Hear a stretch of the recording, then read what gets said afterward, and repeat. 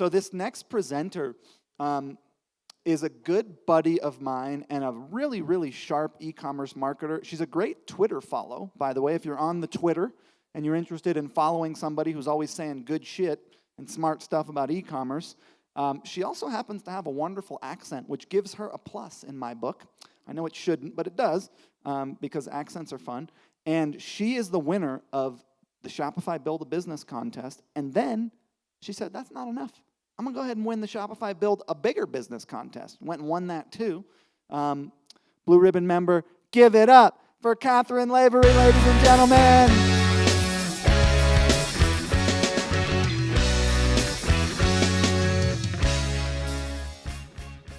Welcome, Catherine. And you should, you don't need this because you're mic'd up. Right. And you've got your confidence monitor and your timer. Which That's one's the little button right there. Okay, but you cool. do have a laser pointer, so if you just want to put it on Dan or something, you can. All right, cool. Hi, everyone. I'm Catherine. I don't think that Ezra knows what I'm going to talk about today. Well, I did actually go back and look at your slides. Okay, cool. Yeah, so I got a sense of it. But you didn't turn them in, which is a whole other thing that we got to talk about, but it's okay. I know. I was like going back and forth, and I talked to Frank, and he talked me into something else. So today I want to talk about some lessons I've learned from bootstrapping Best Self, from one product that we sold a lot of, but it was 85% of our business, into now it's like less than 20%, which is good because we've grown. So I'm going to talk about our tiered product approach, how we look at where we spend our time, how we diversified our range from one product to a bunch, and then how we've created experience through our product and things that we think about when we're putting stuff out. So, does anyone know what Best Self is in the Self Journal? Okay, cool. So it's a 13-week based goal journal that we launched on Kickstarter. And when we sort of came up with it, there was no big business strategy. It was like, I want this product to exist. So we created it, launched on Kickstarter.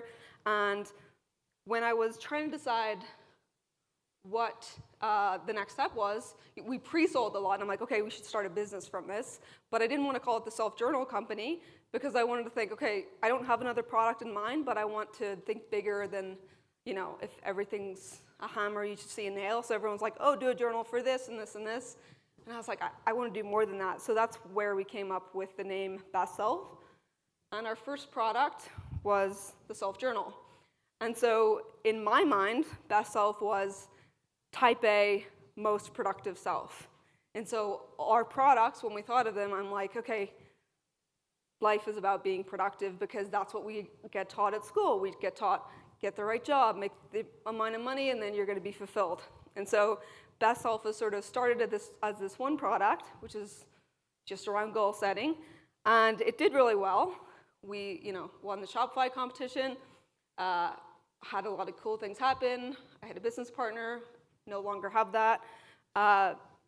There's been a lot of fun things over the last few years.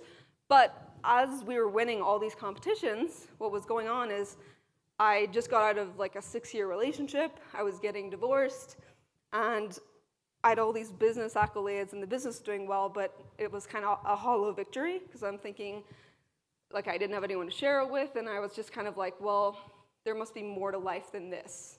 But up until then, your best self was your most productive self. And so that kind of started me down this, like, planting a seed of, okay, what else could best self be? Now, at the time, we were a product, not really a business. So over time, like, people saw how successful we were with the goal journal, and they were like, that's a great idea, because, like, a 13-week journal, you can sell 4 of those a year. And so everyone started coming out with a 13-week goal journal. And so for me, at the start, we really fell in love with the product instead of the customer. And my whole thing was, okay, how do we think beyond a journal? Because nobody actually wants to carry a journal around with them. They want to hit a goal. They have achievements in life that they want to get done. So what's the next step? And I was, thinking about Blockbuster. When they first started, they could have bought Netflix for $50 million. And they said, nah. Because they fell in love with this idea that, people love to go to the store and get a movie. Like, that's what they love to do. And Netflix was like, no, they want the convenience and to be entertained. And so by the time Blockbuster realized actually they were right, like, Netflix ate their lunch, and there's no more Blockbusters. I think they Airbnb now. Literally, there's a store that they Airbnb. So when I was thinking of our product, I'm thinking the ones that have done well, like two is like self-journal based around a structured goal plan, but it was 85% of our sales. So at the end of 2017, I'm just looking like, this is a problem, especially because everyone and their mother has a journal now. And so things that were working at the start were no longer working. And so this is our product line now. And a lot of these are what I call tier A products. Now, when you're chasing revenue, so when you win the Shopify competition, it's kind of like you're a band that hit it with their first album, and then you're trying to do another album, because your record label's like, you have to do something, and you start just putting out shit. So what we did is we're thinking, a goal journal, own the office, like what else could we do? And so we're like, we'll do t-shirts, and a hoodie, and a laptop case, and a monitor stand. We just started like, oh, how do we own the office, right? And so we put out these few products. I'm sitting in this meeting once, and I'm thinking, like I'm looking at these products that we're thinking of putting out, and I'm like, wait, I started putting products like, because I wanted them to exist, and now we're just creating things. And so we have things ready to go into production. I'm like, yeah, let's not do this, because we're bootstrapped, so it's wasted time, energy, resources. We're actually just gonna burn our customers, because they're gonna be like, what is this?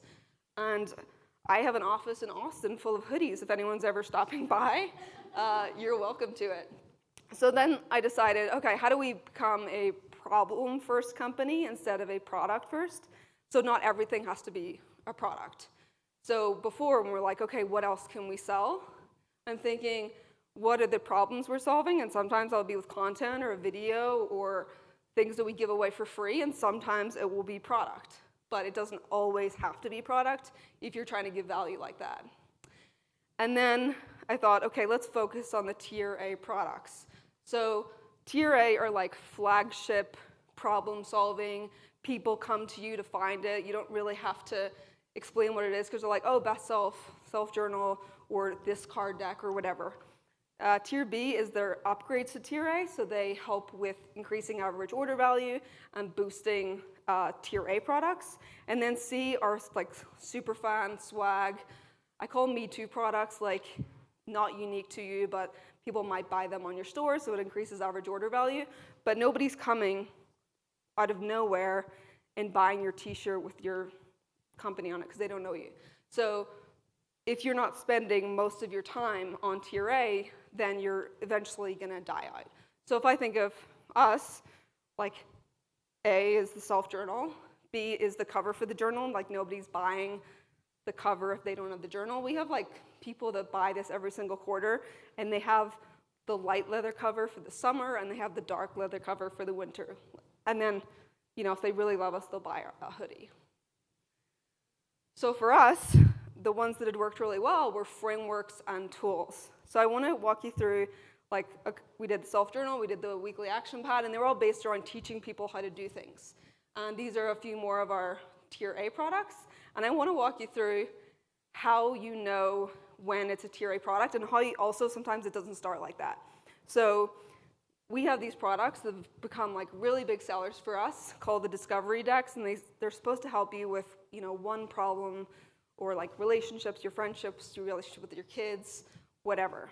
And we came up with this because we were trying to sell more of the Scribe. So the Scribe's like a bullet journal format.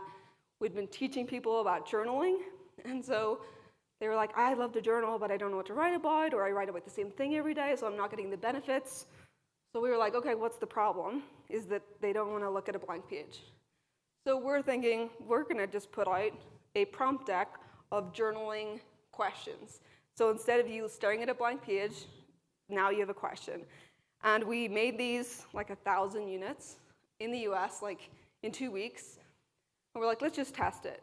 And these things sold like crazy.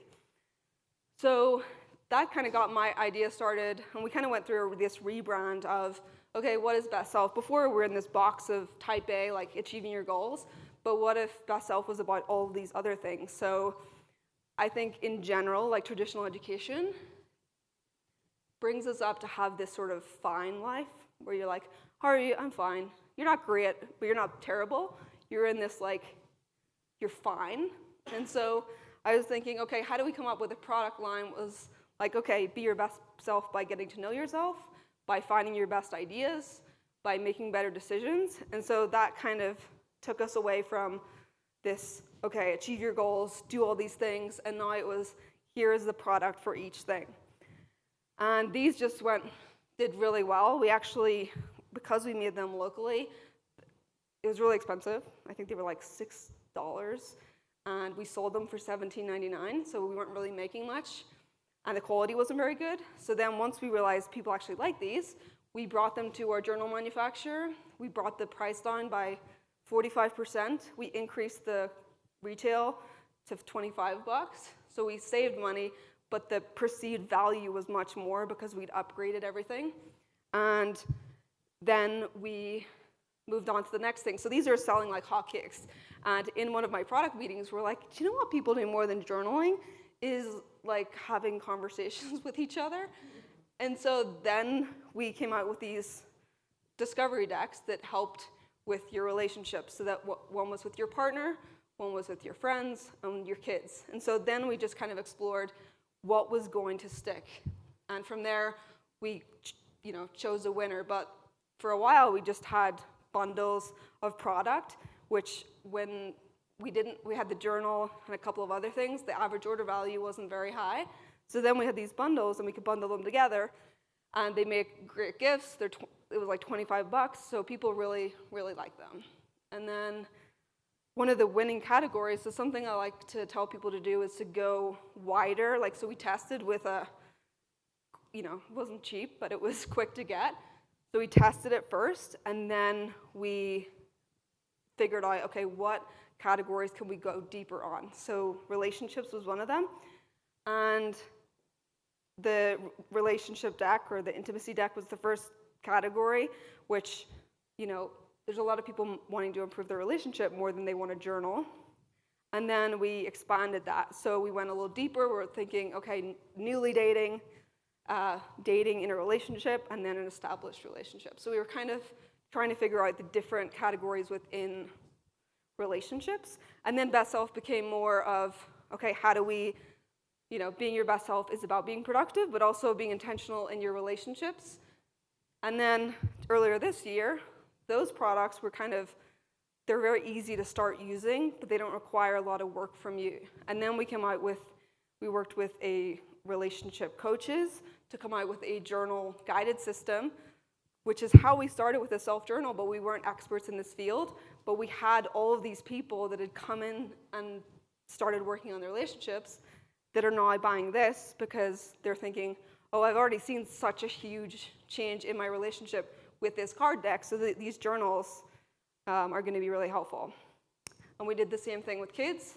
So the Little Talk deck is for bigger conversations with the little people in your life. And then we come out with the Little Heroes journal, which is taking a lot of the things that we teach in the self-journal about success principles and gratitude and putting them into a format that kids would get. This play. Oh, that was so yeah. And then we expanded the product line. So for us, what's worked really well is testing things, seeing what sticks with people, and then going deep in a certain area. And we're not experts, so a lot of times, like we worked with child psychologists on this part. We brought in relationship experts for the relationship. So we don't have to be experts, but we know, okay, this is actually getting traction with our customers.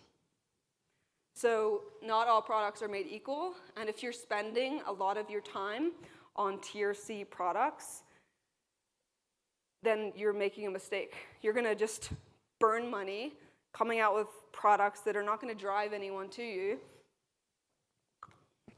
instead of coming up with something unique that is actually going to get traction with people. So we spent about 9 months spinning our wheels with the Me Too products that don't do anything instead of going deep. And one thing that I realized was stopping this is doing a product meeting with the marketing team every week, because the marketers are like, all right, what can we sell? And to go deep and like really create a meaningful product takes more than a week. So then I started splitting off, okay, we're only going to give you updates every month and not every week, because then you end up pushing easy products that you can show some sort of development in, instead of making something that will make more of an impact. Because developing a product is not a linear thing where I'm going to sit down on a Tuesday and this is going to get done on Wednesday. It's like sometimes you go back and forth, especially with more complex products. So make sure that the systems in your business are not actually stopping you from innovating on the product. Now, one other thing that we've focused on is experience. So I think everyone in this room is probably doing something with this, where in the past we would buy things, and now we need our money to go so much further. It needs to buy people shoes. So no longer am I just buying a pair of shoes, now it has to feed someone else or do all these things, and you have to make your money go so much further. And so that's something that I've tried to put with Best Self, is when you create an experience, you can basically create a bigger margin with your product. So if we think of Starbucks, is that the best coffee you've ever tasted? No. But they created a different experience where you're paying $6 for a coffee, and you can go, you can be on the internet, you can meet your friends there. I've seen some people like bring their monitors into Starbucks and with no shame. It's insane. And so when you could create an experience around your product, you could charge more for it. And so when we first came out with the journal,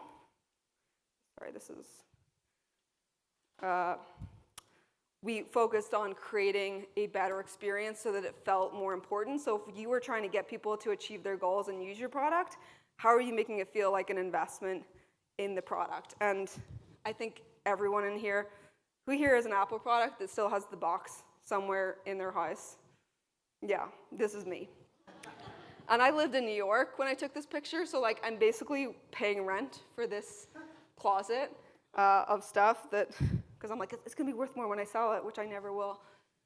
And if you think about Harry's, like the most boring, like razors is a boring idea, but if you bump into someone in a, at a party and they're like, oh, I have a razor company, it's like, oh, okay, cool. But if you're like, yeah, I work for Harry's or I work for Dollar Shave Club, you're like, oh, let me talk about that, because they've created a bigger experience around the product. And so for us, I'm thinking when we're first coming up with the name, like self-journal, instead of a day planner, because I'm thinking like people will invest more in their goals than they will planning their day. And so it was also, what are we going to put into the packaging to make sure that it feels like an investment? And even though, again, it's a journal, is putting all these little things in to separate yourself out from your competition, or to make some sort of an impact so it doesn't feel like it's the same thing coming from Amazon or from someone else. We also focused on customer success. So we knew that instead of acquiring new customers all the time, how could we make sure that customers knew what success looked like with the product? So that's like content, that's sharing, okay, this is how someone with this goal achieved it, and breaking it down for them. Because for some reason, when you get an empty journal, it's like, okay, where do I start with this? So that was another piece that we focused on. And then the community piece was the last. So we have a Facebook group. We've had a couple of live events. And when we come out with new products, we often test it with those people. And then we also do community challenges. So something that we did when we, probably like a year or two in, was we were trying to create a consumption challenge around the products. So instead of selling people once, we were like, okay, if you do this every day for 30 days, we will give you a $10 gift card. And all we're doing is trying to help people create the habit to actually use the thing, because it only works if you use it in order. And then what happened is we got a ton of user-generated content from that, because we're teaching people how to create a habit. So when you're trying to come up with an experience, make sure that you're paying attention to the beginning, which is like Apple, the look, the feel, the form, what are they doing in the first 10 minutes. The middle is like the behavioral, so do they know what to do or how to find success with this product? Because if they open this and they feel like a failure before they start, they're probably not going to keep using it. And then the reflective is kind of how your product relates to them. So a lot of times people will share our product on social because to them, they're like, this is telling people that I am a person that works on my goals. And so how do you tie your product or your business to essentially people's identity and what they think about themselves? So here's some questions that you can ask is, how do you build anticipation before it arrives? And I'll share a couple of examples that I've had when I'm shopping that I've liked. How do you want the person to feel when they're opening it? Can you tell a story through the packaging? I know Four Sigmatic does this really well. It's like need to complete, where the first thing inside the packaging says, open this box, and it's already ticked off. And so it already is like, oh, I'm already halfway there. And so how do you do things like that? What does success look like? How do you make people feel successful quickly or get a quick win? And then what are some ways you can drive engagement through the product? And this is just, when you can do that and tie it to their identity, they will share it more freely. I really like this Allbirds packaging. So this is very visceral when you use it. Like I bought their shoes and I kept the box, obviously. And you'll see that a lot of people post their the opening experience just because it is so cool. This is a notebook that I saw that I really liked, and they do cool things. So a small thing is just putting GIFs in your emails and making people laugh or add humor to it, or doing something that teaches them something before the product arrives. They also do this cool thing where they use their own product to teach something. So they teach, okay, if we were putting Back to the Future together using our product, this is exactly how it would look. So it's like content marketing using their product that's interesting for someone that would have bought it. And it teaches people how to actually use the product. So they've done it with all of the popular movies. So yeah, focus on the 3 parts to creating a customer experience. Focus on tier A, especially when you're starting, when you're limited with your time, your resources. Go wide as far as testing different areas of your audience, and then go deeper once you figure something out, just like we did with the relationships. Sell the result, not the product. So, these cards really improved my marriage, not buy this cardboard. And then create an experience around the product so that you can charge more for it and people feel like they're making an investment in the product. And I think I was going to say I'm pregnant, and I'm wondering, Best Self has kind of taken this going from very productive type A to focusing on relationships to that, and I'm like, okay, what's the next product? So as an entrepreneur, I'm just like, oh, what's this baby going to teach me that I can sell? Ladies and gentlemen. That was really good. Thanks. When you put that poll on your Instagram, who's pregnant, me or Emily, I chose Emily. And then, yeah, and I wondered if that was some kind of a prejudice around, I know you as an entrepreneur. I don't know. I thought it was fun because obviously it's 2 women, and usually you know which one's pregnant in a relationship. So I was like, oh, we should do a poll. And the people it was a 80-20, 80% her. And when we took a picture, she's like, I'm going to wear the bigger dress so it's not completely. Yeah. And then after she's like, I can't believe people thought I was pregnant. Well, you wore the big dress, yeah. Well, what I thought of that story was a really interesting gamble that you took was you both attempted. And so what happened if you both got pregnant? Well, then we got a TV show, because that would be insane. Because that could have happened, right? I mean, it could have. Wow. Well, congratulations. Yeah. Our babies are going to be 3 weeks apart, so they can be I friends. know. All right, give it up for Catherine, ladies and gentlemen.